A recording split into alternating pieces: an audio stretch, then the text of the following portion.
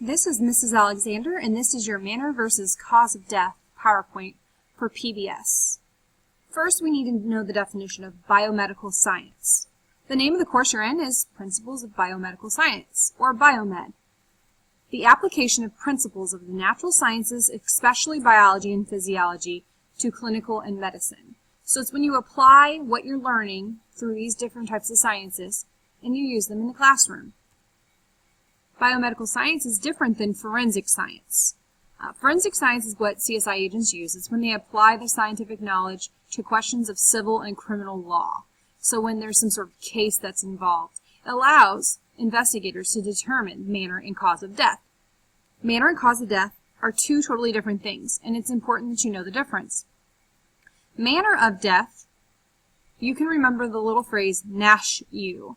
There are 5 manners of death: natural, accidental, suicide, homicide, and undetermined. Manners of death are a big overall umbrella or category that medical examiners, criminal investigators use to categorize different causes of deaths. So there are 5 manner of deaths that we just talked about, NASHU, that you need to know for the test. And you need to be able to identify throughout the school year what manner of death Anna Garcia would fit into. Throughout our investigations in the class, your manner of death may change or lead you to a different direction. As of right now, we have not determined if Anna died of a natural, accidental, suicide, homicide, so we would say that her manner of death right now is undetermined or unknown. There are lots of ways people can die, or causes. Ways and causes are not the same as manners. Again, there are 5 big branches or manners of death. Let's talk about natural causes. This is when the body ceases to function on its own because of something like a terminal illness, heart diseases, old age, sickness, stroke, sepsis, subdural or epidural hematomas. We'll talk a little bit about those in this class. Accidental is whenever an accidental death occurs. An accident must take place in order for this person's life to end. We cannot classify an accidental death as something else at the same time. So you can't say it was a natural death, but it was an accident. You would say it was an accidental manner of death. And then you would classify the cause. For example, falling off a ladder and breaking the neck would be an accident. Getting killed in a car during a car accident, motorcycle accident, falling off a bridge, or some sort of natural disaster, earthquake, tornado, fire. The key to the accidental deaths is if somebody was to blame and they were currently committing some sort of crime, like a robbery, or they were under the influence of alcohol or drugs while operating a motor vehicle, then it's not an accident. It's considered a homicide. Suicide is the deliberate taking of one's life, usually due to extreme emotional distress. When we were looking at Anna's crime scene, right now there's nothing to lead us to believe that she committed suicide. There were some pills, but we've already determined that those pills were aspirin.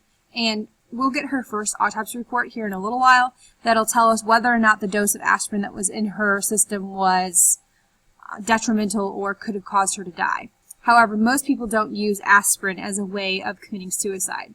Drug overdose, it can be an accident, but we don't usually say it's a suicide if it was an accident. Again, we don't classify accidental deaths and suicides at the same time. It has to be one or the other. You can't be more than one manner of death. Homicide is whenever someone's death is caused by another individual. So when one human takes another human's life. And this has to be something that's premeditated or thought about ahead of time. And so if it was just an accident, that's when we call it an accidental death. But if someone purposely took someone else's life, we call this a homicide. Another word for homicide is murder. For example, cold blood killing, gunshot, poisoning, asphyxia, which is strangling or cutting off the breathing to someone, or any kind of murder. Again, going back to accidental homicides, we just mentioned if you're in a car accident and it was your fault, but it was still an accident, we don't usually call it a homicide unless you were committing some sort of crime, like trying to get away from the cops, or you were under the influence of alcohol. That's a crime, drinking and driving. Then we don't really call it premeditated murder. We call it vehicular murder or vehicular manslaughter. So if a crime is being committed or drugs are present, then we do consider that still a homicide. unlike just a regular accident in a car. Undetermined is the last manner of death. Undetermined, also called unknown, is what most medical examiners use on autopsy reports until they can precisely understand the manner and cause of death. Undetermined is not okay to be used on a final autopsy report. It is only a temporary manner of death. They usually use it until all the facts are collected before labeling some sort of death. So autopsy reports, that's a report that the medical examiner files. They go through everything on the body from toxicology, what was in their system, drugs, what kind of food was in their stomach. They dissect the brain open, they look at that. They'll look at any kind of markings on the outside of the body before they'll cut into them. They'll cut out, weigh, and measure the organs. They'll look for any sort of cancer that might have been present. They're trying to determine if it was natural, accidental, suicide, homicide, one of those four. Again, one of the four, natural, accidental, homicide, or suicide, are the only four that can be used on a final autopsy report before they close the case. That brings me to the cause of death. So we've been talking about the 5 manners. Causes, there are so many different causes of death. Causes of death is when you explain on an autopsy report how the person actually died. So you've labeled it a manner, and now you're going to explain it.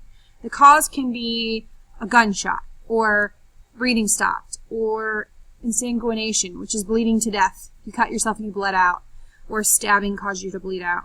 Bleeding around the brain, so you got in a car wreck, or someone hit you with something blunt on the head, and your brain started to swell, and that caused your brain to shut down. Myocardial infarctions, heart attacks. Sepsis, whenever you get some sort of virus or some sort of cut that has caused your body to get infected, and that infection enters your entire bloodstream and causes you to die from the inside out. Drowning or brain damage, or even something just like cancer, a natural cause of death. Yeah, cancer's natural. Even if it's caused by sun rays or tanning beds, things like that, it's still considered a natural death.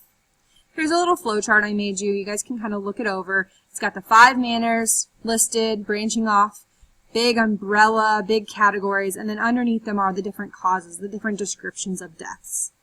And the sources I used.